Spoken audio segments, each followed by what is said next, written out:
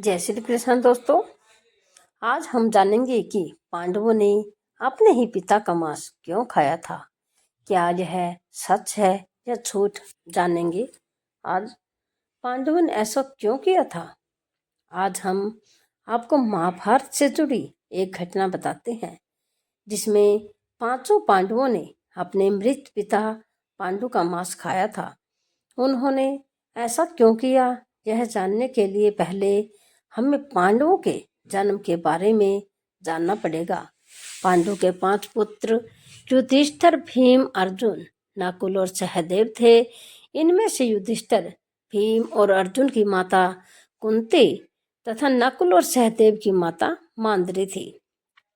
पांडु इन 5 पुत्रों के पिता तो थे, पर इनका जन्म पांडु के वीर्य तथा संभोग से नहीं हुआ था, क्योंकि पांडु को श्राप था कि जैसे ही वो संभोग करेगा उसकी मृत्यु हो जाएगी।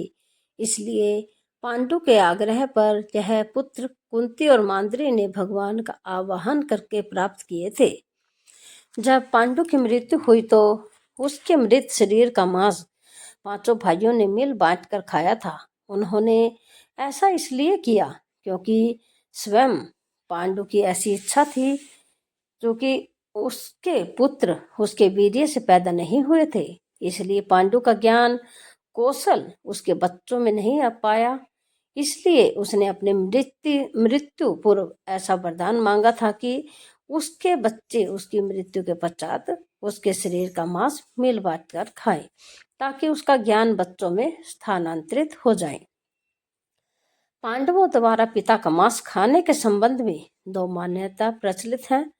प्रथम मान्यता के अनुसार मांस तो 5 भाइयों ने खाया था, पर सबसे ज्यादा हिस्सा सहदेव ने खाया था। जबकि एक अन्य मान्यता के अनुसार सिर्फ सहदेव ने पिता की इच्छा का पालन करते हुए उनके मस्तिष्क के 3 हिस्से खाए। पहले टुकड़े को खाते ही सहदेव को इतिहास का ज्ञान हुआ, दूसरे टुकड़े को खाने से वर्तमान का, और तीसरे टुकड़े को खाते ही भविष्य का। यही कारण था कि सहदेव 5 भाइयों में सबसे अधिक ज्ञानी था और इससे उसे भविष्य में होने वाली घटनाओं को देखने की शक्ति मिल गई थी। शास्त्रों के अनुसार श्री कृष्ण के अलावा वो एक मात्र शख्स सहदेव ही था जिसे भविष्य में होने वाले महाभारत के युद्ध के बारे में संपूर्ण बातें पता थी।